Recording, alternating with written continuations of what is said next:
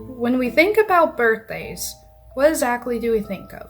Do we think about how old we will be turning? Or what type of cake we will have to celebrate? How about a party?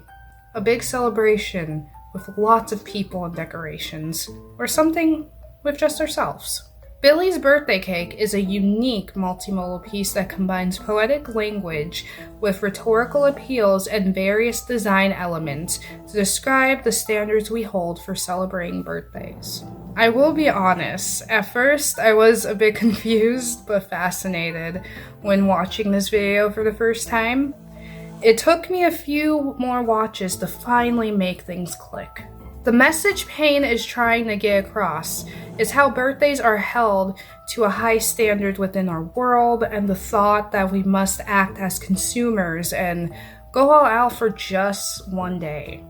If we take an example from the video's transcript, I used to be given things like language, pens, and paper to write my hopes upon. This sentence pretty much explains how others will give us positive birthday wishes. Another common thing is how people will write down their birthday wishes, whether that is items they want or what they hope to have accomplished before the next year. Ethos is present here, since Paine shows his credibility by sharing his own personal experiences with birthdays. But this is not the only rhetorical appeal Paine uses. Pathos is heavily used within the piece in numerous ways. Poetically, through other words and phrases he uses throughout the piece, such as I consume, all those little hopes and fears. I do what anyone would do. I examine the emotional appeal of a feeling of need to consume and celebrate. We are pretty much taught that we need to do these things.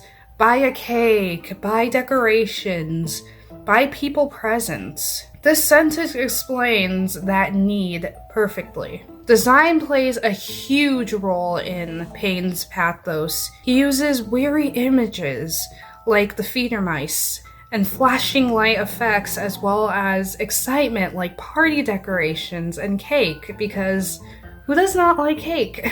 It gives the piece a haunting yet substantial appeal, as it ties essential birthday items with a feeling of horror. That, ladies and gentlemen, is what I like about this piece, and what weirdly kept me engaged the whole time.